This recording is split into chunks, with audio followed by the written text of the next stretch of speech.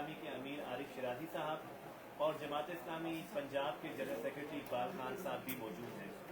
میں گزارش کروں گا امیر جماعت اسلامی پاکستان جناب سراج الحق صاحب سے کہ وہ اس موقع پر آپ کے ذریعے سے پاکستانی قوم سے مخاطب ہیں۔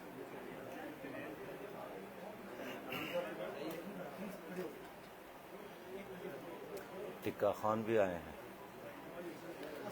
الحمدللہ رب العالمین،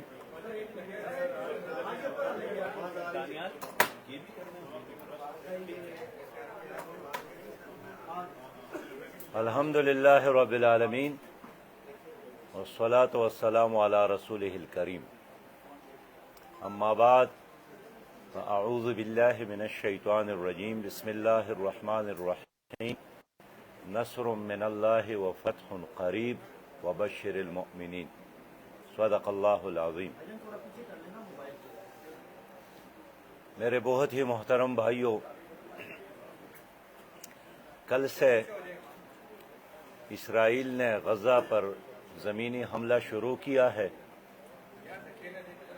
اور اسرائیل نے مسجد اقصی کو مسلمانوں کے لیے عبادت کے لیے بند کیا ہے۔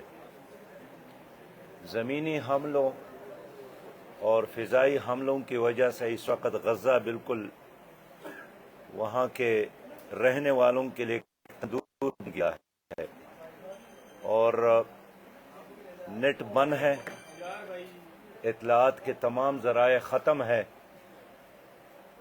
اور وہاں تک رسائی کا اس وقت کوئی راستہ نہیں ہے۔ پہلے اسے کھانے اور خوراک اور دوائی کے راستے بند کیے گئے ہیں۔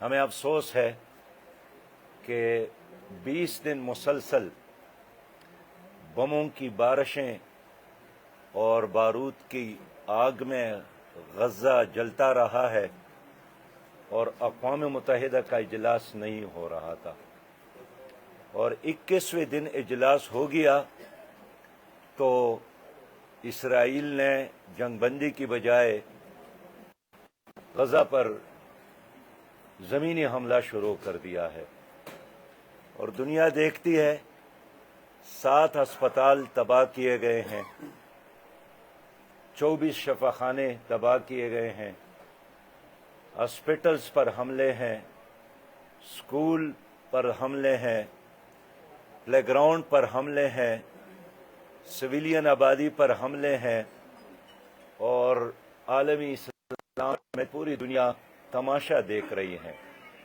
ان حالات میں جب فلسطینی بچے، مائیں اور بہنیں مسلمانوں کی طرف دیکھ رہے ہیں تو ہمارا فرض بنتا ہے کہ ہم ان کی آواز پر لبیک کہیں، ہم ان کی چیخوں کو سنیں، ہم ان کے درد کو محسوس کریں، اس لیے کہ ہم ایک امت ہے، ہم ایک جسم کی طرح ہے۔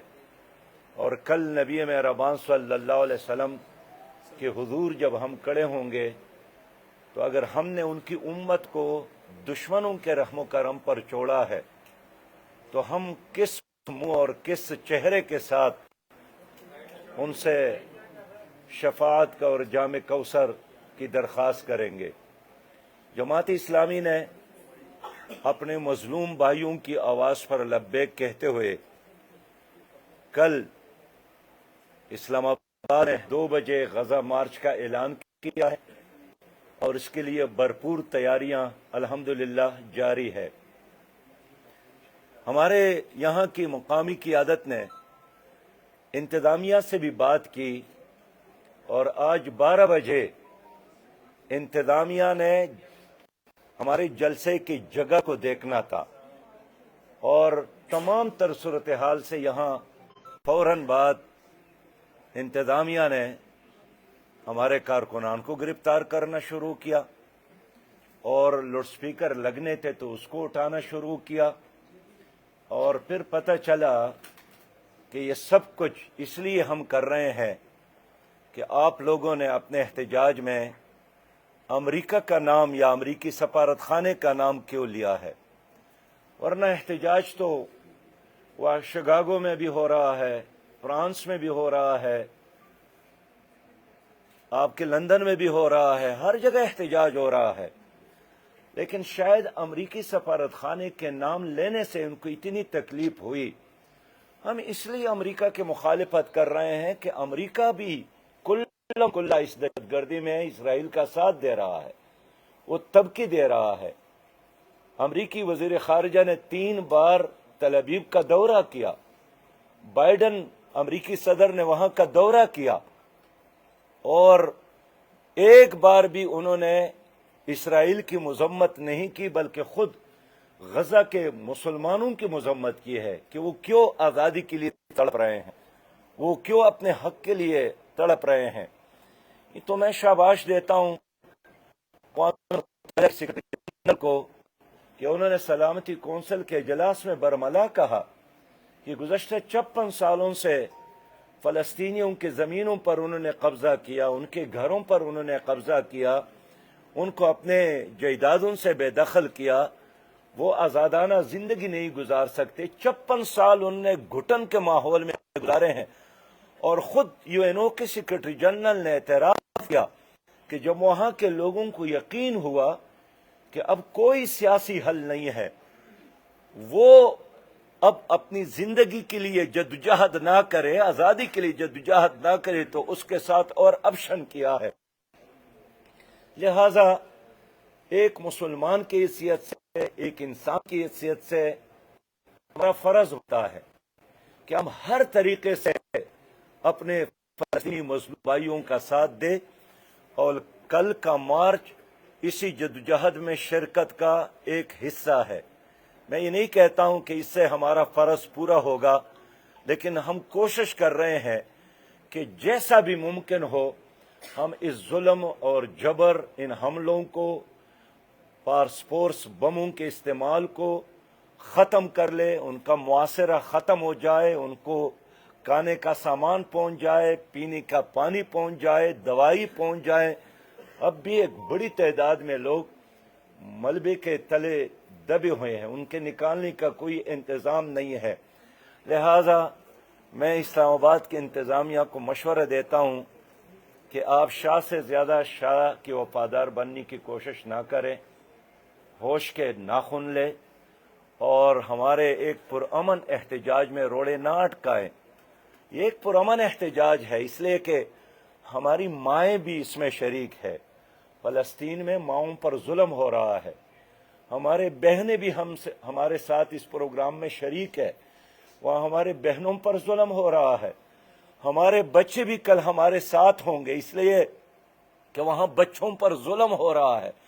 हमारे नौजवान और बुजुर्ग भी इसमें शामिल होंगे, इसलिए कि वहाँ बुजुर्गों पर जुल्म हो रहा है। डॉक्टरों को भी मुआफ नहीं किया गया। ऐसे भी डॉक्टर हैं जिनके खानदान के 14 अफराद शहीद हो गए। लेकिन इस सब कुछ के बावजूद अगर आज गजा के लोग खड़े हैं, उस घुटन में खड़े हैं, बारूद की शोलों में खड़े हैं, लोहे की बारिश में खड़े हैं, चारों तरफ से मुआसरे के दौरान भी खड़े हैं, मेरे ख्याल में हमें भी खड़ा होना चाहिए। हम नहीं चाहते हैं कि हम अपनी जिंदगी में एक और सकूत बगदाद दे के, एक और सकूत उनलस और गरनाता दे के, एक और सकूत समरकंद और बुखारा दे के, माजी में जो कुछ हुआ है हमने उनसे सबक लिया है। माजी में यही होता रहा कि एक जगह मुसलमान पर हमले होते थे और दूसरे तरफ मुसलमानों को समझाया जाता था कि आप उनका साथ न दे, हमारी दुश्मनी उनके साथ है, आपके साथ हमारी दुश्मनी नहीं है।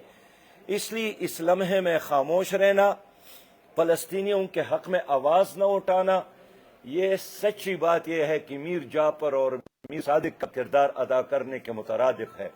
लिहाजा कल मैं अपने तमाम भाइयों से, बहनों से अपील करता हूँ कि आप इस्लामाबाद पहुँच जाएं। गजा मार्च होगा, हर हालत में होगा इंशाअल्लाह ताला। हम डरने वाले नहीं हैं, हम दबने वाले नहीं हैं। इस्लामाबाद के अमीर जनाब रंधावा साहब को गिरफ्तार किया गया है, मैं कहता हूँ उनको अपने साथ रखे। हम उनकी रिहाई का मुतालिबा नहीं करेंगे, लेकिन गजा मार्च होगा और हर हालत में होगा। बहुत शुक्रिया। इंशाअल्लाह ताला कल ज़ोहर के बाद हमारे इस मार्च का आगाज़ होगा और पुरअमन मार्च होगा, और इसके ज़रिए हम अपने भाइयों को पैगाम देना चाहते हैं कि फ़लस्तीनियों, मेरे गज़ा के बच्चों, मेरे गज़ा के मुसलमान माओं, बहनों और बेटियों, आप लावारिस नहीं हैं। हम इस्लामाबाद में हैं, लेकिन हमारे दिल आपके साथ धड़कते हैं, और इंशाअल्लाह आइंदा का जो लाहे अमल है उसका ऐलान मैं कल गज़ा मार्च में करूँगा। आज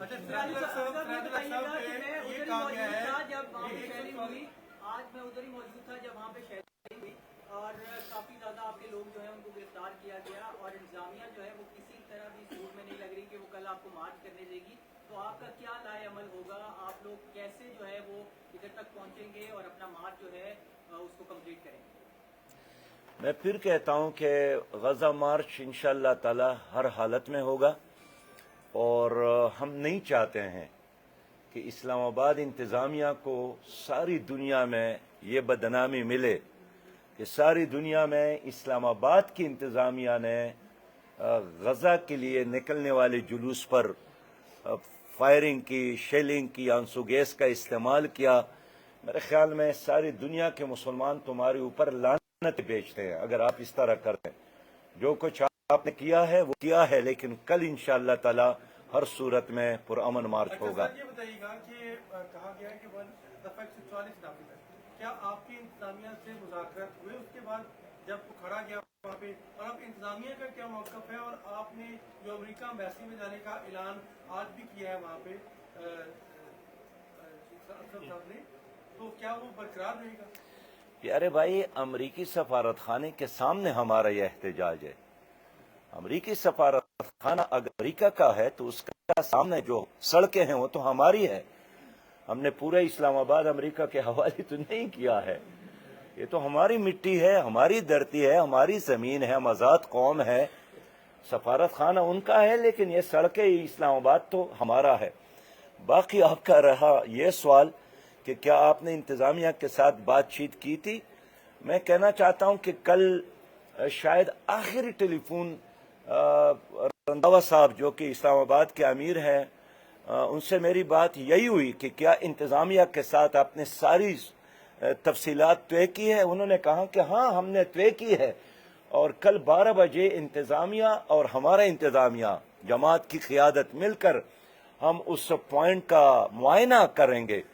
और आज वो मुआयना करने के लिए आ रहे थे कि अचानक इनके सोच बदल गई और उन्होंने लाउड स्पीकर उठाना शुरू किया, लोगों की गिरफ्तारी शुरू की। हम अपने लोगों के रहाई का मुतालिबा नहीं करते, हम यही कहते हैं कि कल मार्च होगा और हर हालत में होगा इंशाअल्लाह। जमात इस्लामी की कोई और काबशें सर इसके अलावा, मार्च और एहतजाज के अलावा, गज़ा के हवाले से आपने क्या क्या किया? यारे भाई क्या पूछ रहे हैं? गज़ा के अंदर हमने अब तक क्या बात नहीं है। आज के लिए इतना ही काफी, बाकी बातें कल करेंगे इंशाअल्लाह ताला। इसमें हमारे 2 दर्जन से ज्यादा लोग गिरफ्तार। बहुत शुक्रिया जी।